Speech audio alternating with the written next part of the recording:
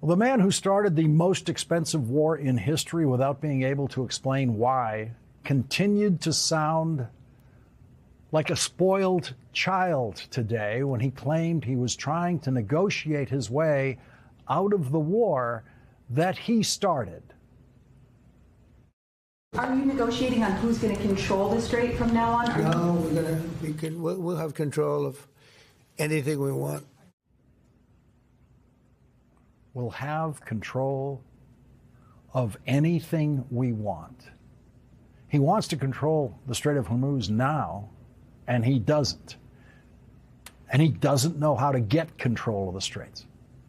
Donald Trump finds himself now waging a war to try to gain control of the Strait of Hormuz that was free and open to shipping before Donald Trump started his war.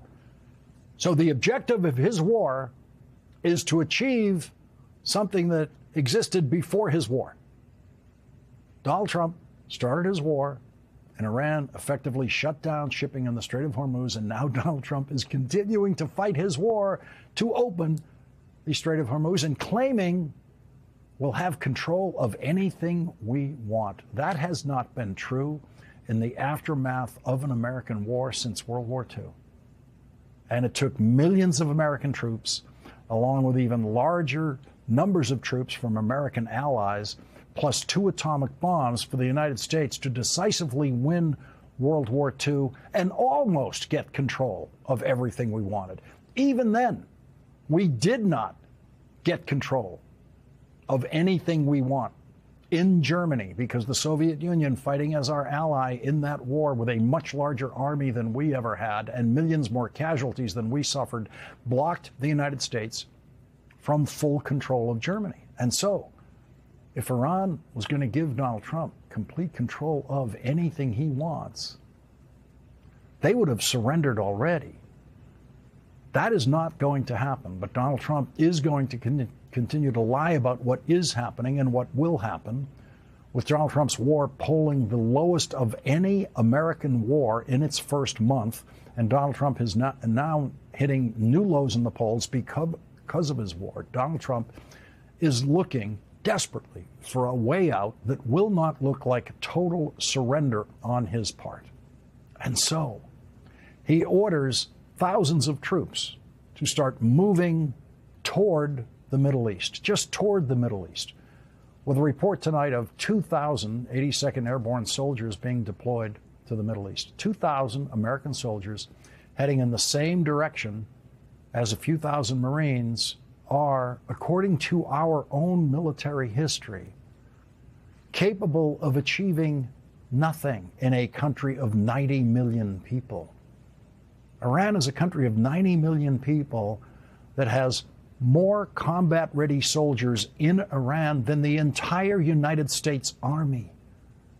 There are 600,000 in active military service in Iran, with another possibly 500,000 reserves, and the entire United States Army has 450,000 soldiers, most of whom are not assigned to the infantry to serve in combat, to actually be the boots on the ground that the reporters are all talking about. And remember, at the peak, the absolute peak of our commitment in Vietnam, we had 545,000 soldiers on the ground in Vietnam. And we lost that war. And Vietnam had a population of less than half the population of Iran. And of course, a military miracle could happen. 2,000 American soldiers could make a move on Karg Island, 20 miles off of the Iranian coast, and then maybe the entire Iranian army could just surrender or flee, the way the 165,000 members of the Afghanistan military did when the Taliban rose up against them.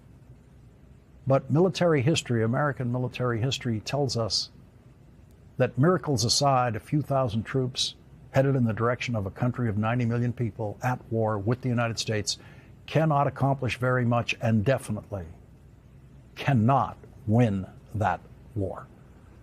So the boots on the ground question that the White House reporters keep asking is always phrased in the simplistic, childish way, will there be American boots on the ground in Iran?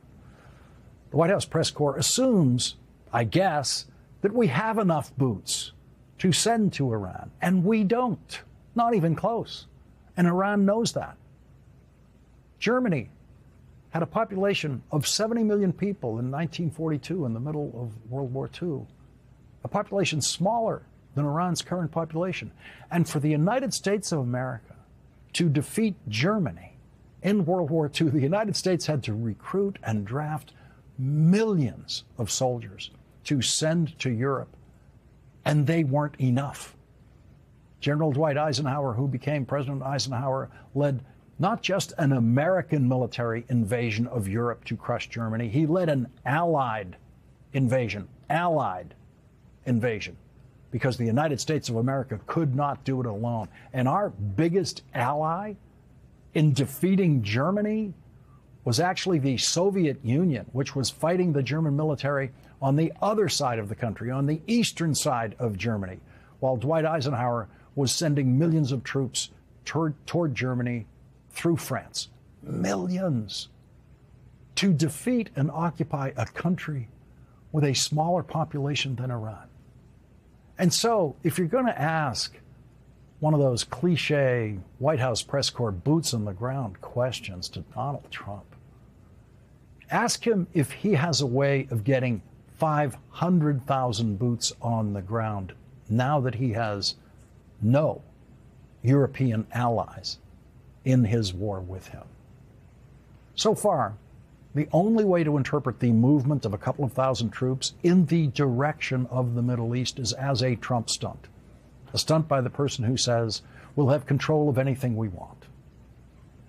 Donald Trump is now losing ground in the polls every day.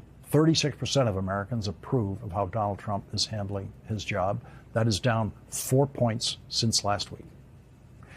And it's easy for me to sit here confident that Donald Trump will not be putting boots on the ground in Iran. But imagine being the parents or the spouses or the children of those thousands of soldiers headed toward Donald Trump's war tonight, with the man who's sending them there sounding more childish about his war every day. There were things that happened during wartime that American presidents chose not to discuss publicly. But they did not publicly discuss not discussing them publicly.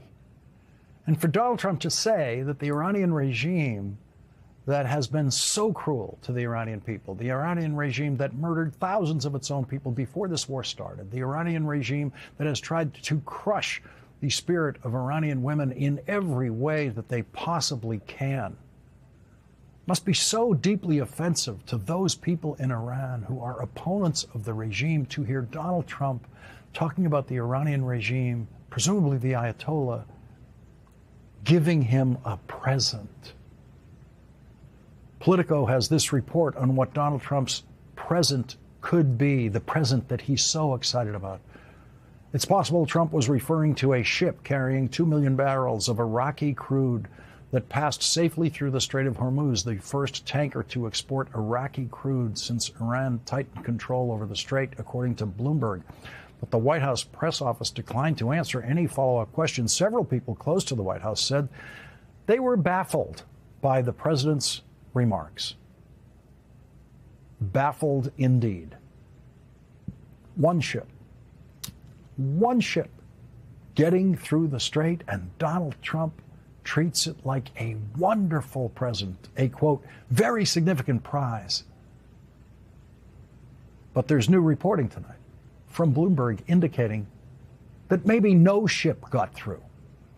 Bloomberg says an oil supertanker hauling Iraqi crude whose signal appeared to show it had exited the Strait of Hormuz has not transited the waterway, its manager said. And Donald Trump says that present that may or may not have made it through the strait, that very significant prize means, quote, we're dealing with the right people. The only people who could authorize the movement of a ship in that situation is the current Iranian ruling regime, which is exactly the same ruling regime that was in place before Donald Trump started his war. And so Donald Trump is now desperately saying publicly that he desperately wants to negotiate with the very same regime that was in power before Donald Trump started his war, which means Donald Trump wants to negotiate to leave them in power. The stock market and the price of oil are in control of Donald Trump's war.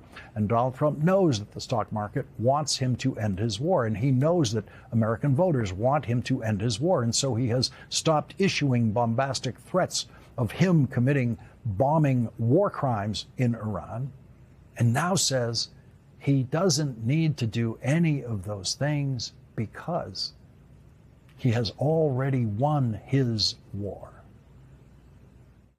I think we're going to end it. I can't tell you for sure.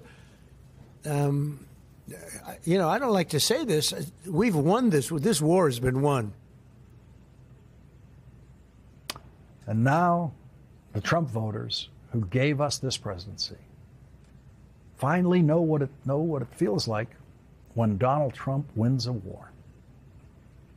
Here is Donald Trump's former defense secretary from his first term as president, General James Mattis, describing Donald Trump's war. And I think that what we're seeing is a situation where targetry never makes up for a lack of strategy. And by that I mean 15,000 targets have been hit. There have been significant military successes, but they are not matched by strategic outcomes. Now, some of the strategic outcomes early on, unconditional surrender, regime change, we're going to dictate who the next supreme leader is, those were clearly nonsense. Those were delusional